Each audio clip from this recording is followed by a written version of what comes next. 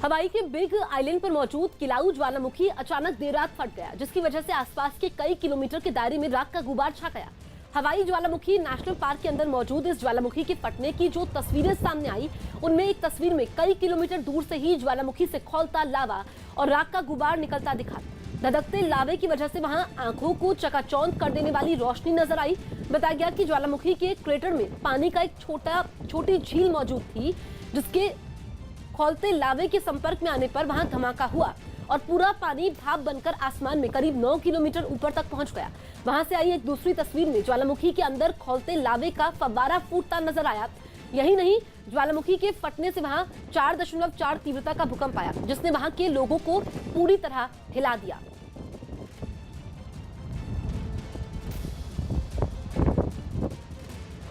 Delhi police ने youth Congress के कई कार्यकर्ताओं को हिरासत में ले लिया। केंद्र के कृषि सुधार कानूनों के खिलाफ यूथ कांग्रेस के कार्यकर्ता सड़कों पर उतरे और कृषि मंत्रालय के दफ्तर के घेराव की कोशिश करने लगे, लेकिन दिल्ली पुलिस और अर्धसैनिक बल ने पहले ही प्रदर्शनकारियों से निपटने की तैयारी कर ली।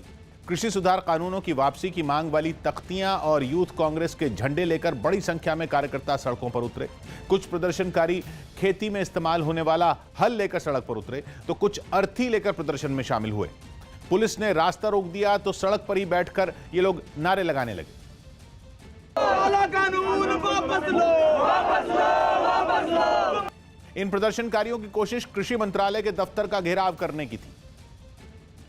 तो यूथ कांग्रेस के कार्यकर्ता कृषि मंत्रालय के बाहर जाने की कोशिश कर रहे हैं विरोध में सरकार के, आप देख सकते हैं। प्रदर्शनकारियों ने आरोप लगाया कि केंद्र के कृषि सुधार कानून किसानों पर सरकार को किसानों की बात सुननी चाहिए। कानून को वापस लेना चाहिए मोदी सरकार को। थोड़ी देर में प्रदर्शनकारियों ने पुलिस की बैरिकेडिंग पर चढ़कर नारे लगाने शुरू कर दिए। किसानों को न्याय दो, न्याय दो, न्याय दो। इसके बाद पुलिस का एक्शन शुरू हो गया। बैरिकेडिंग पर चढ़े कार्यकर्ताओं को उतारा गया और फिर एक एक प्रदर्शनकारी को हिरासत में लेना शुरू कर दिया गया। एक एक कर कई प्रदर्शनकारियों को घसीटते हुए बस में बैठाया गया।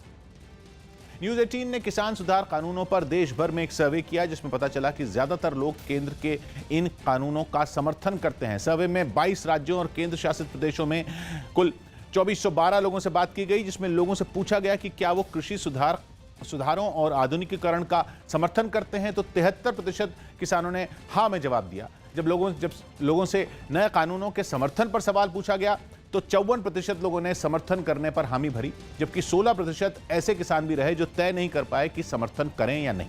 सर्वे में यह जानने की भी कोशिश हुई कि कितने लोग किसानों को मंडियों के बाहर फसल बेचने का विकल्प का समर्थन करते हैं। हैरानी की बात यह रही कि नए कानूनों में दिए गए इस विकल्प का 70% किसानों ने समर्थन किया। सर्वे से पता चला कि 61% किसानों को लगता है कि नए कानूनों से किसानों को उनकी फसल की अच्छी कीमत मिल पाएगी।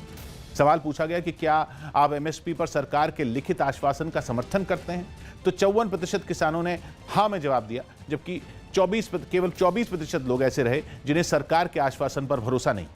सर्वे के जरिए यह भी जानने की कोशिश की गई कि कितने किसान कृषि सुधार कानूनों के विरोध में जारी प्रदर्शन का समर्थन करते हैं, जिसका 53% लोगों ने ना में जवाब दिया, जबकि 53% लोगों ने ना में जवाब दिया, यानी 53% लोग किसानों के आंदोलन का समर्थन नहीं करते। किसान बाकी सर्वे सामने आने के बाद केंद्रीय मंत्री मुख्तार अब्बास नकवी ने विपक्ष पर हमला बोला। उन्होंने विपक्ष पर किसानों के नाम पर राजनीति करने का आरोप लगाया। ट्रांसपेरेंसी का संदूक और किसानों के कंधों पे बंदूक रख करके जो लोग जो है वो किसानों के हितों पर हमला कर रहे थे, उनके लिए ये सर्वे जो है वो आंख खोलने वाला है।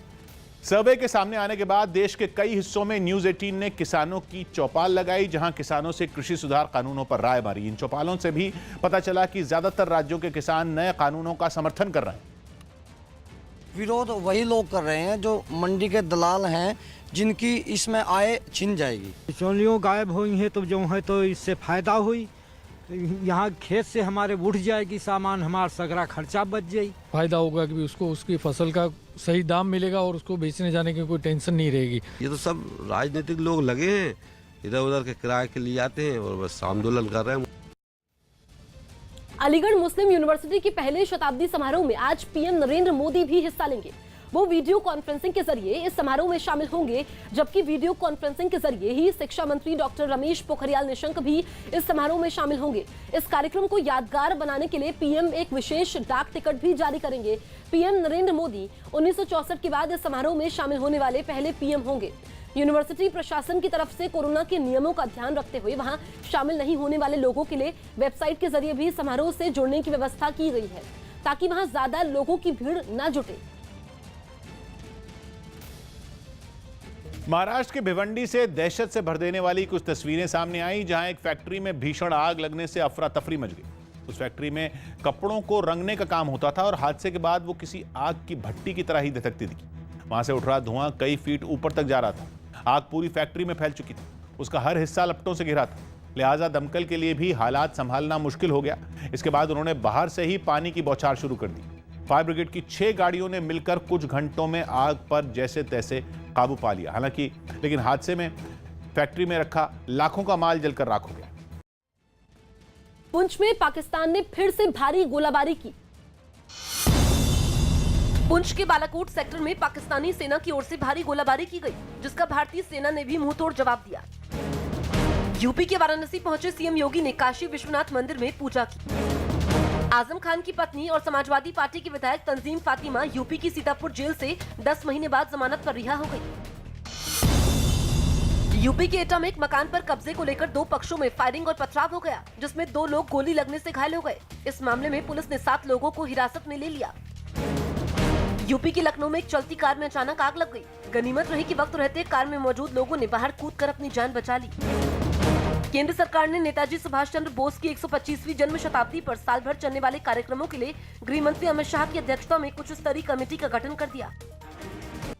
डीडीसी चुनावों की मतगणना से पहले पुंछ में सुरक्षा बल ने एक बड़ी साजिश का पर्दाफाश किया है। खबर है कि मतगणना के समय बड़े पैमाने पर अराजकता फैलाने की साजिश रची गई थी। पुलिस ने 400 लाठियां, तेजधार हथियार और कुछ गाड़ियों समेत कुछ लोगों को गिरफ्तार किया है। दावा किया गया कि ये लोग आज होने वाले जिला विकास परिषद चुनावों की मतगणना के समय हिंसा फैलाने की कोशिश में थे।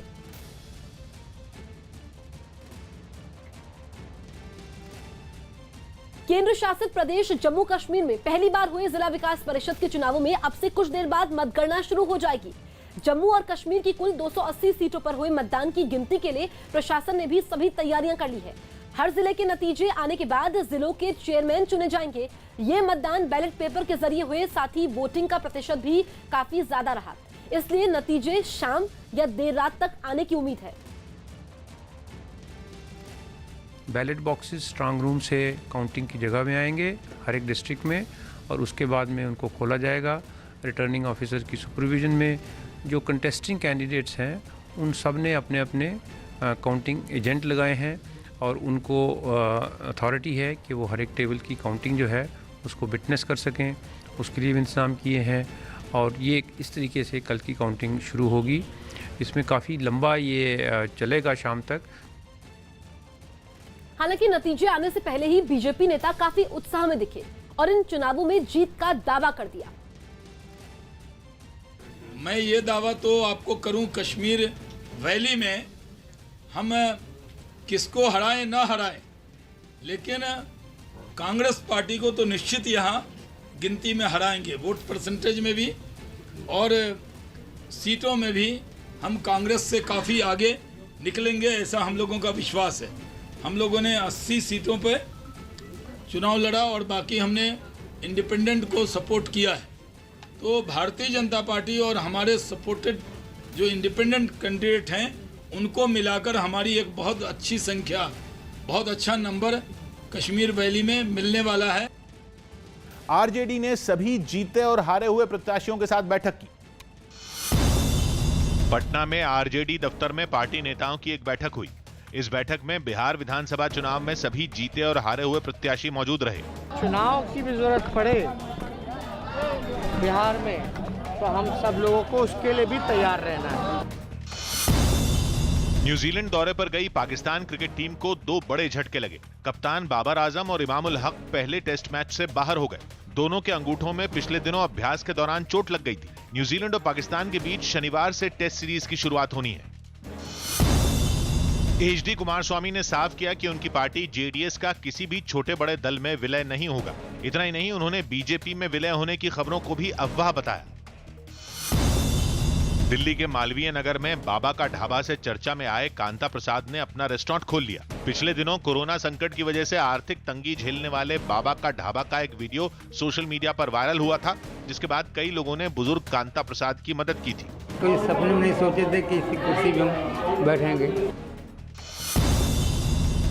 मुंबई के नगर निगम बीएमसी के खिलाफ हजारों नर्स आजाद मैदान में जुटी, जहां उन्होंने न्यूनतम वेतन के मसले पर विरोध प्रदर्शन किया। बीएमसी की आरोग्य सेविकाएं यहां पर हजारों की संख्या में पहुंच रही हैं, जो प्रदर्शन कर रही हैं।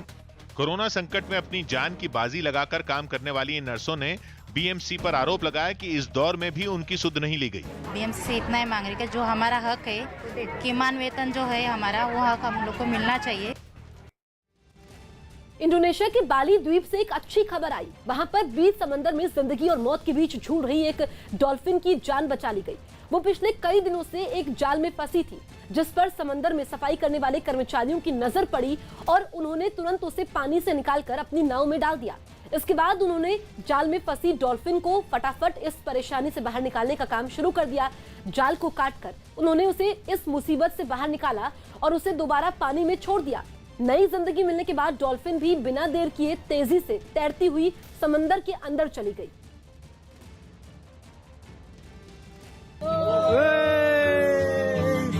ओके दादा, बाय बाय।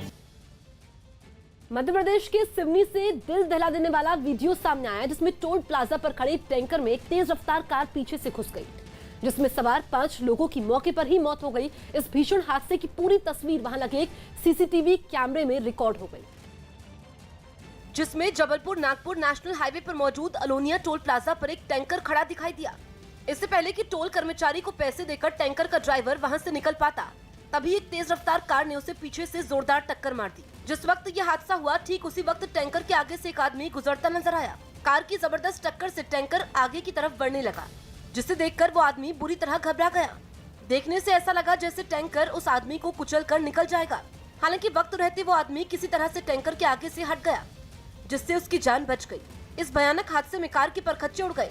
इस बीच टोल प्लाजा पर मौजूद कुछ लोग मदद के लिए वहां दौड़ते हुए पहुंचे। बताया गया कि कार में एक ही परिवार के 8 लोग सवार थे, जिनमें 5 लोगों की मौत हो गई। केंद्र सरकार नेताजी सुभाष चंद्र बोस की 125वीं जयंती को खास बनाने की तैयारियों में जुट गई। न्यूज 18 के विक्रांत यादव की रिपोर्ट है कि अगले साल 23 जनवरी को सुभाष चंद्र बोस की 125वीं जयंती है, जिसे खास बनाने के लिए केंद्र सरकार ने एक उच्च स्तरीय कमेटी का गठन किया। गृह मंत्री अमित शाह की अध्यक्षता में ये कमेटी 23 जनवरी 2021 से साल भर चलने वाले कार्यक्रमों की रूपरेखा तैयार करेगी। इस कमेटी में कुछ इतिहासकार, नेताजी सुभाष चंद्र बोस के परिवार वाले और आजाद हिंद फौज से जुड़े लोग भी शामिल होंगे। ये कमेटी पूरे साल दिल्ली और कोलकाता समेत देश के कई हिस्सों में सुभाष चंद्र बोस से जुड़े कार्यक्रम आयोजित करेगी। पीएम नरेंद्र मोदी आज शाम को इंडिया इंटरनेशनल साइंस फेस्टिवल का उद्घाटन करेंगे। आज से शुरू होने वाला ये फेस्टिवल पूर्व पीएम अटल बिहारी वाजपेयी की जयंती के अवसर पर 25 दिसंबर तक चलेगा। इस समारोह के समापन के मौके पर उपराष्ट्रपति भी कार्यक्रम में हिस्सा लेंगे।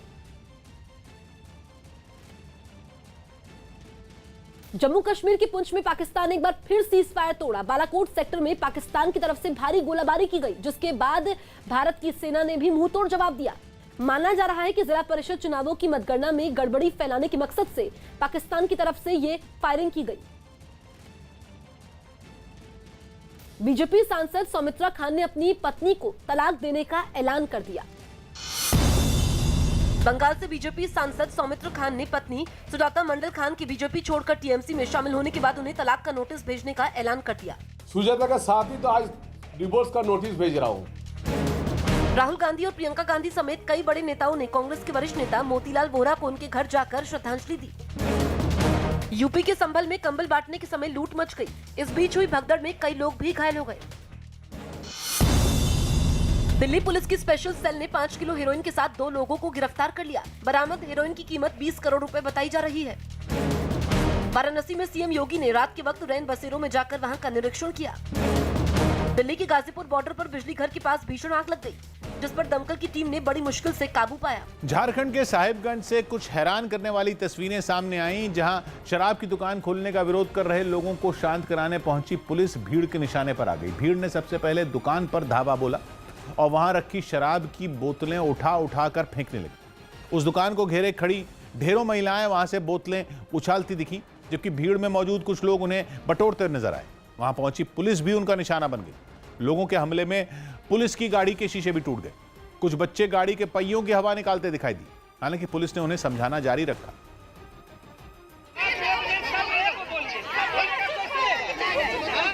लेकिन काफी समझाने पर भी वो जब नहीं माने तो पुलिस वालों ने उन्हें वहां से खदेड़ना शुरू कर दिया। हालांकि इससे पहले ही भीड़ ने दुकान में तोड़फोड़ के साथ ही वहां रखी शराब को आग के हवाले कर दिया।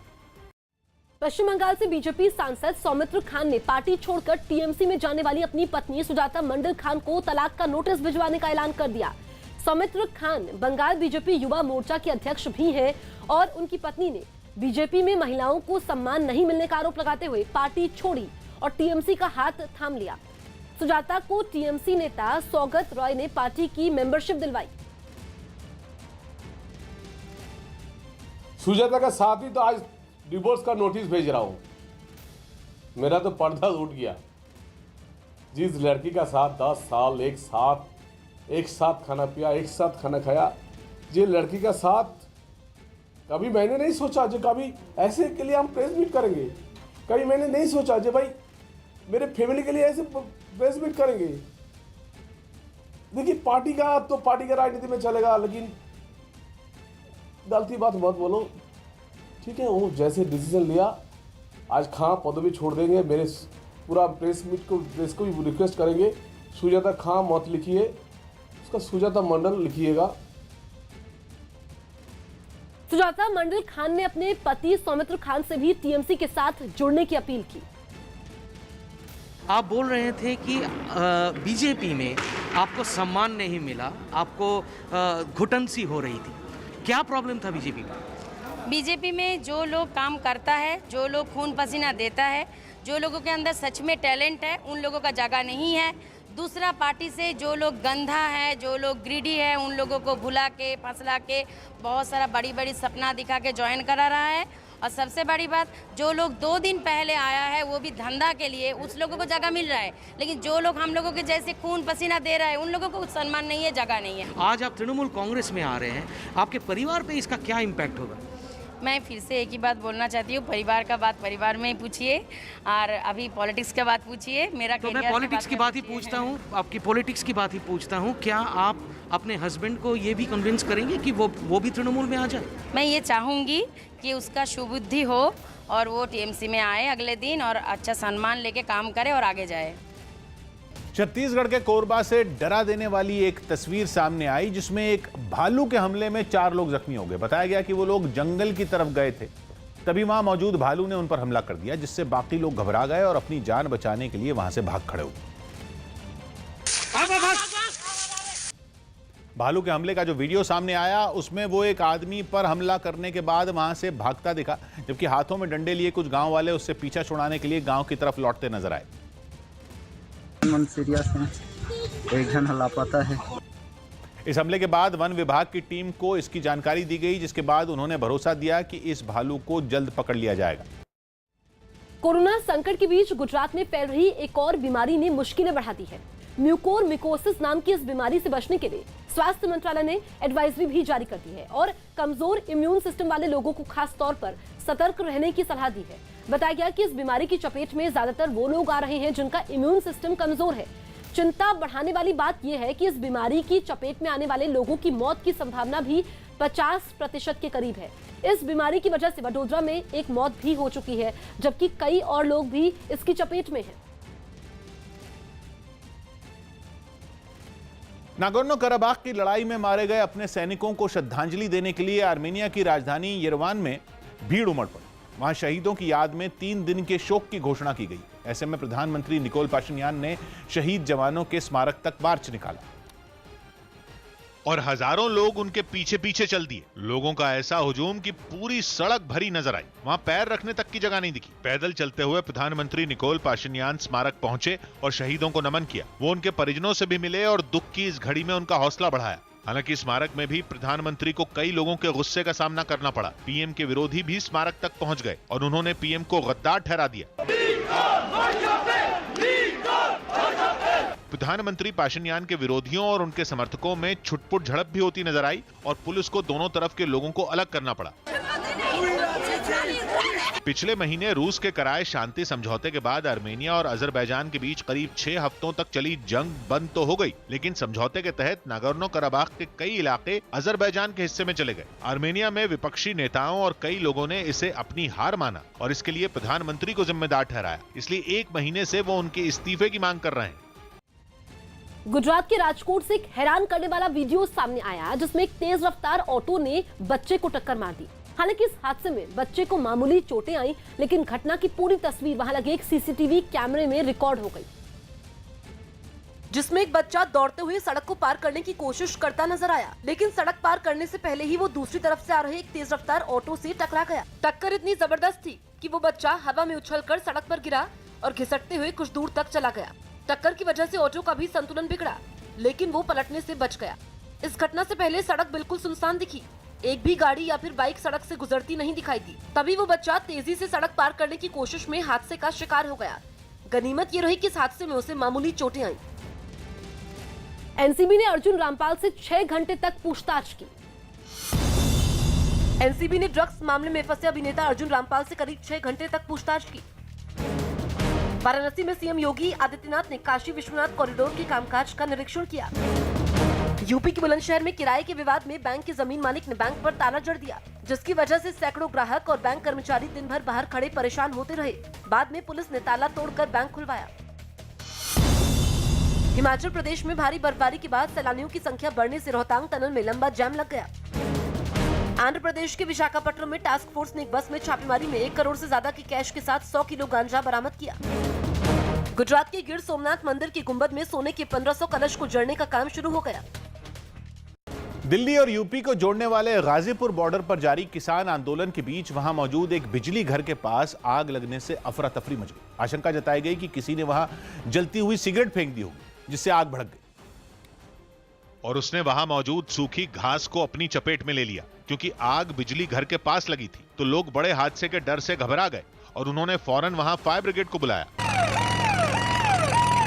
घटना की जगह पर पहुंचे दमकल कर्मी आग बुझाने के काम में जुटे दिखे। पानी की तेज धार से आग को बुझाने की कोशिश जारी रही। ये हो सकता है किसी ने बीड़ी सिगरेट पी करके आग सब रखी गई रही। कुछ ही देर में दमकल कर्मियों ने आग को बुझा दिया, जिस वजह से वहां कोई बड़ा नुकसान नहीं हुआ।